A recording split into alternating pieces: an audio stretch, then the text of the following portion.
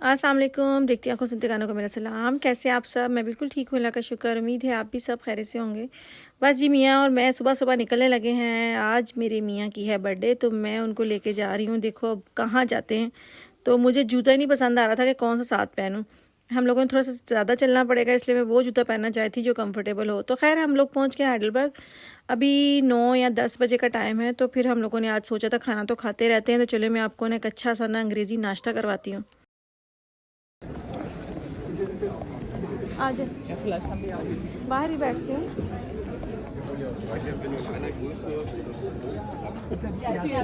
यहाँ बाहर ही बैठे हैं। यही बैठे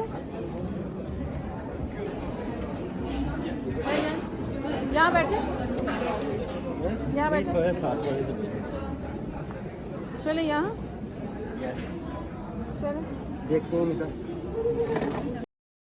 तो पहले तो हम बाहर बैठने लगे, तो फिर वेटर आया। तो वेटर ने कहा अगर आपने बुफे नाश्ता करना है तो उसके लिए आपको टेबल छोटा पड़ जाएगा। यहाँ पे आप कॉफ़ी वगैरह बैठ के पी सकते हैं, कोई ड्रिंक लेनी है, लेकिन नाश्ते के लिए आप अगर आगे चले जाएं तो ज़्यादा बेहतर है। फिर हम आगे चले गए। हमने कहा देखते हैं आगे कोई टेबल फारिग मिलता है, क्योंकि हम लोगों ने कोई बुकिंग शुकिंग नहीं करवाई हुई थी। मैंने ऑनलाइन देखे थे कि यहाँ पे हाइडेलबर्ग में कौन कौन से जो है नाश्ते बुफे में मिल जाते हैं।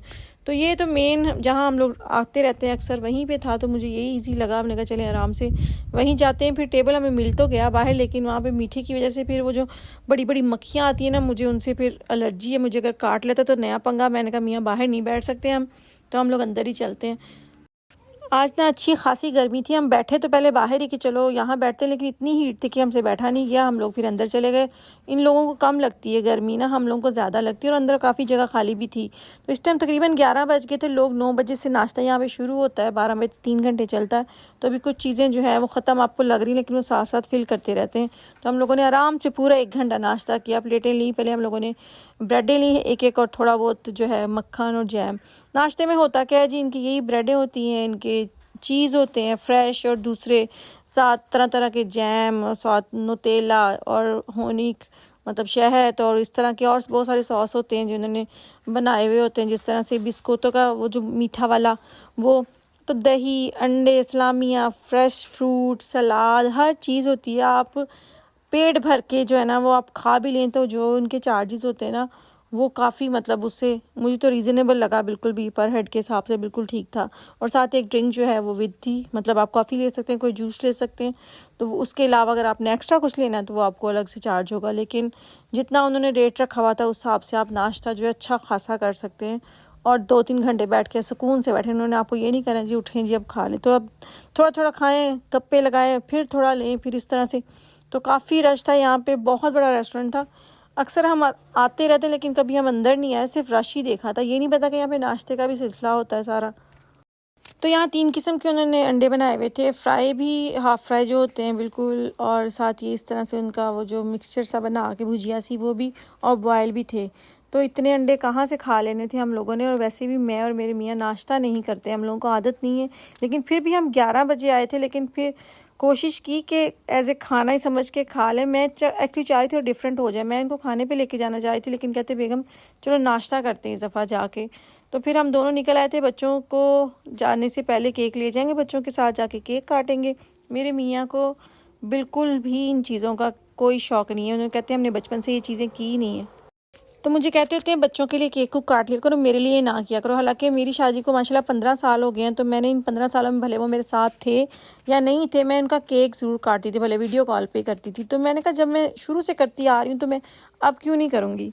और हमारे बच्चों को भी पता चलना चाहिए कि माँ बाबा के लिए भी कोई ख़ास दिन है, नहीं उनके दिनों को ख़ास बनाते रहे। हमारी ज़िंदगी नहीं है, हमारी भी ज़िंदगी के कुछ ख़ास दिन हैं जो। और बच्चों ने बिल्कुल ज़िद नहीं की कि हमने साथ जाना है। हमने कहा माँ बाबा आज इकट्ठे जाएंगे, आप लोगों के साथ आके शाम को केक काटा जाएगा। और ये पिछले 2 हफ्तों से ना रिजवान घर हैं, तो वो फिर पिछले पूरे वीक में किसी न किसी बच्चे को अपने साथ लेके जाते हैं। जैसे कल पारसा को सारी शॉपिंग करवाई, एक बार आहिल को ले गए, मैं उस दिन इज़ना को ले गई। तो हम लोग बच्चों को भी ले जाते हैं ताकि उनको ये महसूस ना हो कि हमें कहीं लेके नहीं जाते। लेकिन और इस दिन हम इकट्ठे भी सब गए थे, तो इसलिए कहा कि अब सब ने चक्कर लगा लिया, माँ बाबा को अकेले जाने दो। अच्छा, यहाँ पे ये बहुत मज़े की दाल सी, जैसे हमारी माश की दाल होती है ना, वैसी उन्होंने बनाई हुई थी। मैंने कहा चेक करती हूँ, तो वो अच्छी बनी हुई थी। तो सारा जी हेल्दी खाना है, इसमें कोई वो ऑयल और इस तरह की वो जैसे हमारे हलवा पूरियाँ और निहारियाँ और पाए, ये ऐसा नाश्ता नहीं करते।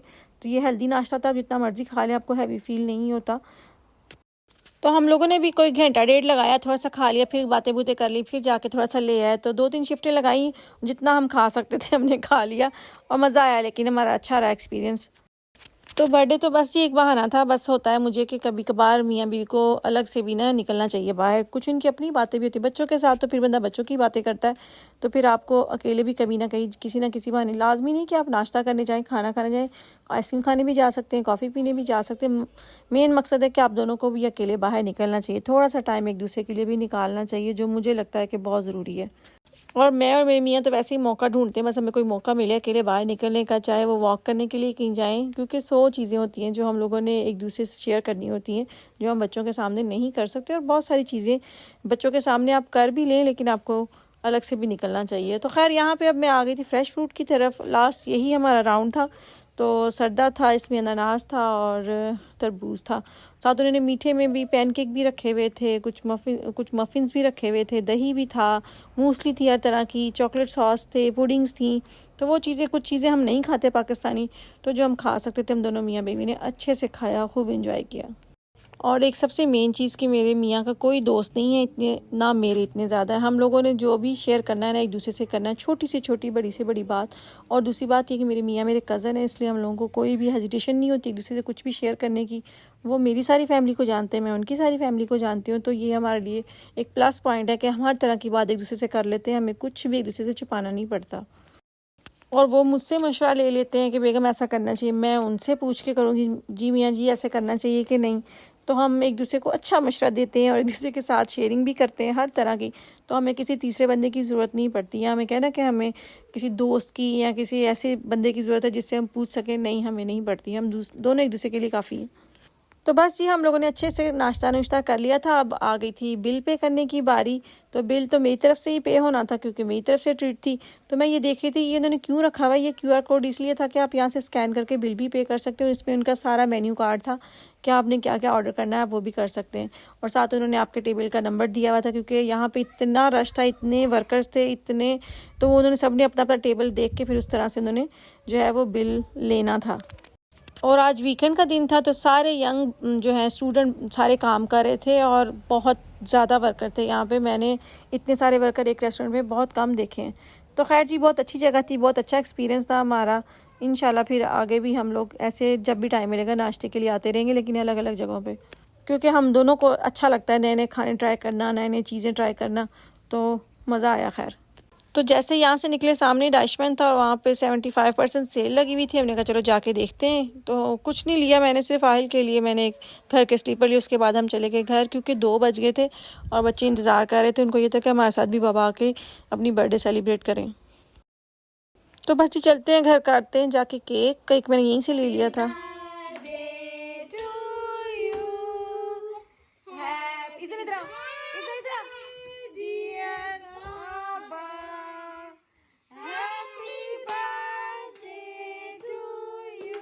चले फूका मारे।